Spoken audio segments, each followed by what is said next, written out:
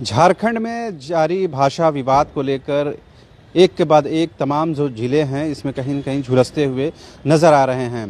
पहले बोकारो, धनबाद और अब जमशेदपुर के ग्रामीण क्षेत्रों में ये आग कहीं न कहीं पहुंच गई है। इतना ही नहीं, झारखंड की राजधानी रांची में भी हर दिन एक न एक संगठन ऐसा है जो मुख्यमंत्री हेमंत सोरेन का पुतला दहन करने के लिए सामने आता है। इस वक्त हमारे साथ मौजूद हैं झारखंड के पूर्व मंत्री लालचंद महतो, जिन तमाम मुद्दों को लेकर हमसे अपनी मंतव्य जाहिर करेंगे। लालचंद जी, चूँकि आप लोग शुरू से झारखंड को देखते समझते रहे हैं, अचानक से ये भाषा विवाद सामने आ गया है। पहला, आप लोगों का इस विषय पर क्या मंतव्य है आपका व्यक्तिगत तौर पर? देखिए, ये भाषा विवाद है, हेमंत सोरेन ने इसको क्रिएट किया है, विवाद को खड़ा करने का काम किया है। अच्छा। मैं बोकारो जिला से बिलोंग करता हूँ। बोकारो जिला के ग्रामीण क्षेत्रों में कहीं भी, किसी भी टोला में, किसी भी गांव में, किसी भी पंचायत में न भोजपुरी बोला जाता है, न मगही बोला जाता है, न कौन एक और भाषा का ये लोगों ने उसमें शामिल किया है, अंगिका। तो ये सब जो भाषाएं हैं, कहीं भी किसी गांव में भी इसका बोल चाल में नहीं है। तो जब बोल चाल में नहीं है तो बोकारो और धनबाद को इसमें शामिल करने का कोई औचित्य नहीं है।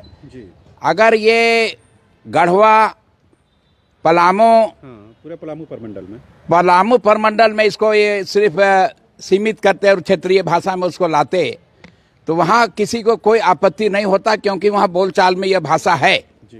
लेकिन बोकारो और धनबाद और अन्य जगहों में जो थपने का प्रयास हेमंत सोरेन ने किया है, ये सरासर जो है सोची समझी इसकी राजनीति है।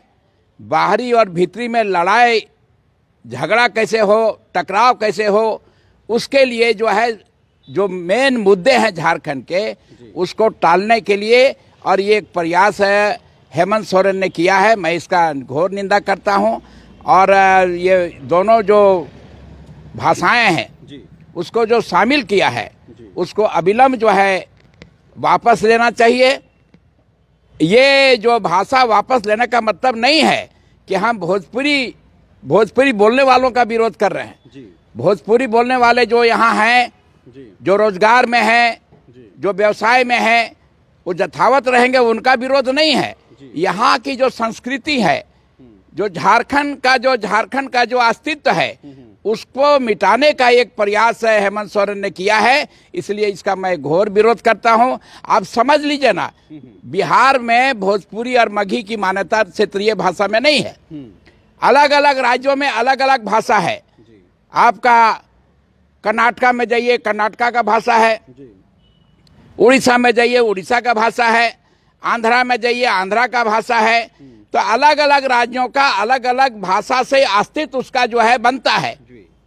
तो झारखंड के अस्तित्व को ये मिटाने का प्रयास कर रहे हैं, ऐसा मैं मानता हूं। इसलिए झारखंड के युवा इसका जो विरोध कर रहे हैं, मैं उसका पूर्ण शक्ति से, पूरी ताकत से मैं इसका समर्थन करता हूं।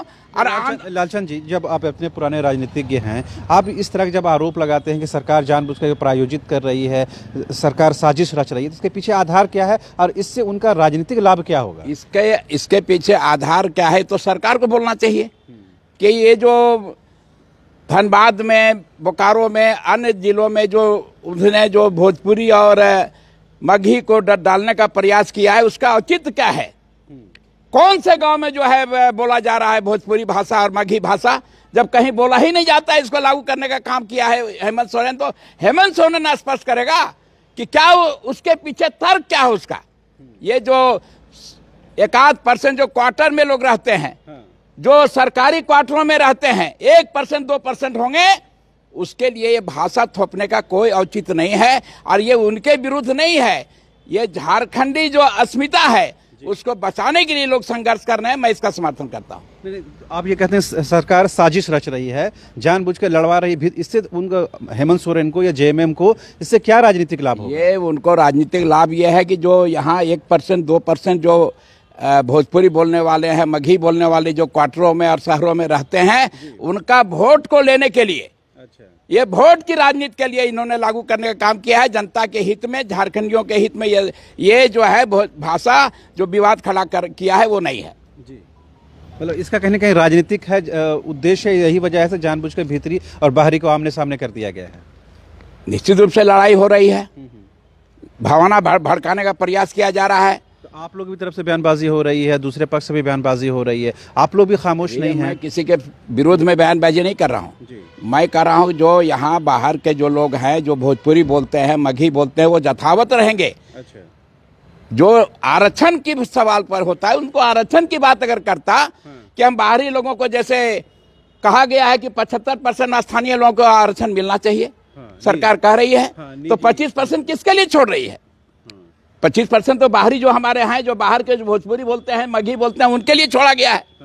अगर उस पर अगर ये उसको अगर लागू करने का काम करते सख्ती से, तो ये विवाद खड़ा होने का कहीं इसको सवाल ही नहीं उठता है। ये सोची समझी साजिश है हेमंत सोरेन का। जब ये कहते हैं कि साजिश है, उनका सरकार के अंदर से ही आवाज उठ रही है। जो उनके विधायक हैं, मंत्री हैं, जगन्नाथ महतो, वो कह रहे हैं कि हम किसी भी सूरत में इन दो भाषाओं को उन दो जिलों में नहीं रहने देंगे। तो सरकार के अंदर से भी इसके खिलाफ आवाज उठ रही है। मैं समझता हूं सरकार के अंदर में जो लोग आवाज उठा रहे हैं, उनको जो अल्टीमेटम सरकार को देना चाहिए कि इसको वापस लेती है कि नहीं लेती है। अगर नहीं लेती है तो सरकार के विरुद्ध में उनको कदम उठाना चाहिए। तो ये सिर्फ बयानबाजी से काम नहीं चलेगा उनकी तरफ से। जो बयानबाजी दे रहे हैं, लोगों को भावना को देख करके उनको जो है दिखाने के लिए दे रहे हैं। अगर अंदर में उनका है कि भाषा इसको वापस लिया जाए, तो उनको जो है कदम उठाना चाहिए, सरकार को चेतावनी देना चाहिए, नहीं तो सरकार को गिराने का काम करना चाहिए। सरकार के ही लोग सरकार के क्यों गिराएंगे? सवाल तो क्यों नहीं गिराएंगे?